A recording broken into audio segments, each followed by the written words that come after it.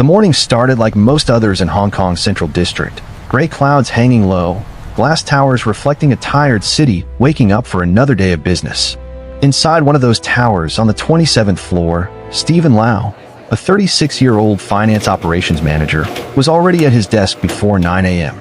He was known for his precision, the kind of man who double-checked decimal points before approving a cent. The hum of servers filled the quiet office as he worked through a routine pile of payment requests. Then, a small notification blinked on his screen. Urgent, internal meeting, CFO request. It came from the official company domain, carrying the CFO's name. He hesitated just for a second before clicking. At 9:14 a.m., the screen opened to a familiar sight.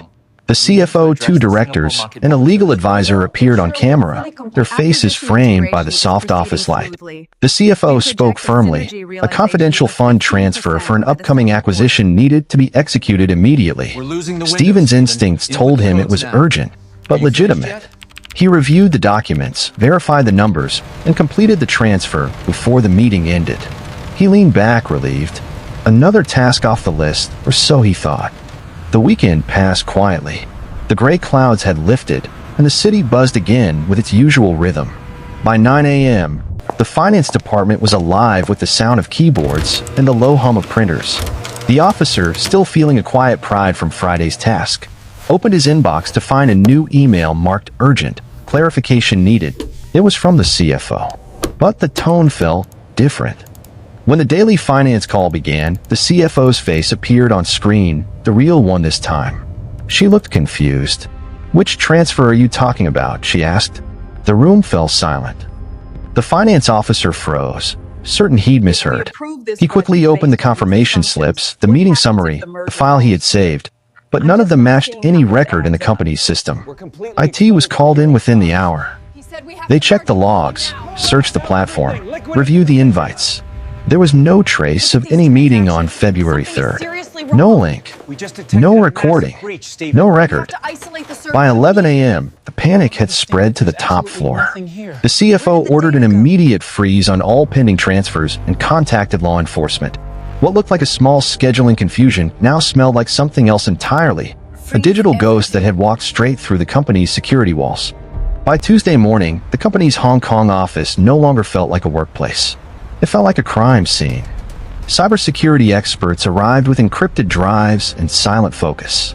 Every workstation, server, and meeting log was examined line by line.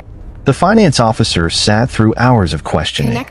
He repeated the same story, the meeting link, the faces, the documents, the CFO's voice. Each time, the investigators compared it against the company's official systems. Each time, they found nothing. Then one analyst noticed something strange. The meeting invite had come from an address that looked perfectly authentic, except for a single misplaced letter in the domain name.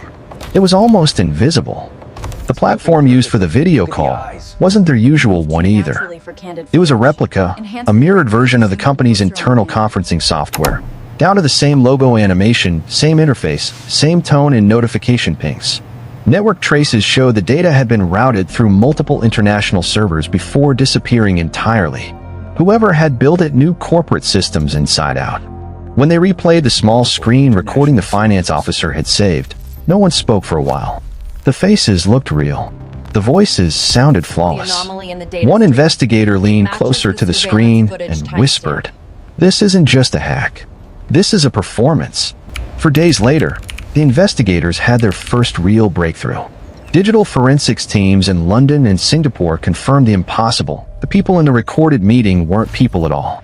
The CFO's voice, the blinking eyes of the directors, the subtle gestures, every frame had been synthesized. Someone had fed hours of public footage into an advanced AI system. Conference recordings, webinars, press interviews, even background chatter from internal town halls. From those fragments, the system built perfect replicas of the executives, their movements, tone, and expressions, all generated in real time. It wasn't a static video. It was a live deepfake. The scammers were speaking behind the scenes, their words instantly translated into the CFO's face and voice with near-human timing. Even when investigators slowed the footage frame by frame, the mimicry was disturbingly precise. Skin texture, lighting, breathing, everything matched. There were no flickers, no glitches, no digital scars. The finance officer listened in silence as the truth was explained. He hadn't missed a warning sign. There hadn't been one. The fraudsters hadn't broken into the company's systems. They had hijacked perception itself. In a world where video meant proof, they had turned proof into fiction.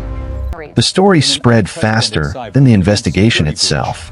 By mid-February, news outlets around the world were reporting it. Deepfake video call tricks employee into transferring $25 million. But beyond the headlines, something deeper was unfolding. For years, experts had warned that artificial intelligence could blur the line between truth and illusion. This was no longer theory. It had happened inside a Fortune 500 company, with no malware, no stolen passwords, and no forced entry. All it took was trust. Cybersecurity agencies called it a reality breach. The company's executives reviewed security policies, adding new rules, multi-step verifications, encrypted communication channels, and mandatory callbacks for every major transaction. Still, it didn't erase the unease. The finance officer returned to work weeks later. His desk was the same, his login the same, but something inside him had changed. He no longer trusted video calls. Every blink, every pause, every delay made him wonder who or what was on the other side. When a colleague once asked what the fake meeting looked like, he hesitated. "It looked real," he said quietly. That's what made it so terrifying. Weeks passed. The investigation files were sealed, and the trail went cold. The stolen money had vanished through countless digital wallets, scattered across borders and hidden in algorithms no one could trace. No suspects were arrested. No identities confirmed.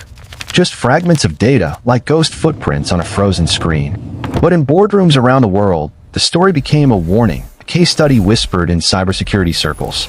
If an employee could no longer trust the face of his own boss, what could anyone trust online anymore? The company rebuilt its systems and moved on, but the fear stayed. It wasn't about the money anymore. It was about perception. The line between real and real enough had disappeared. And somewhere out there, the people behind the deepfake watched quietly, their crime complete, their performance flawless. In the end, the finance officer stopped joining calls with his camera on. He said it helped him focus. But in truth, he couldn't stand the reflection anymore, not knowing if the next face on the screen would be human. Because the scam didn't just steal money. It stole something far rarer. It stole certainty. In the weeks that followed, cybersecurity experts began using this case in workshops around the world. Their message was simple. Deepfakes don't just fool technology, they fool instinct. They advise companies and individuals to verify every voice and video, even when it feels familiar. Always confirm high-value requests through a second channel, a call, a text, or in person. Be cautious of urgency, confidentiality, and unusual payment destinations, the three red flags of modern fraud. AI isn't the enemy, blind trust is. Because in an age where any face can be faked and any voice can be cloned, security begins not with a password, but with doubt. This is Scam Atlas, mapping the world of deception. Follow and subscribe for more true stories that reveal how trust can turn into the perfect trap.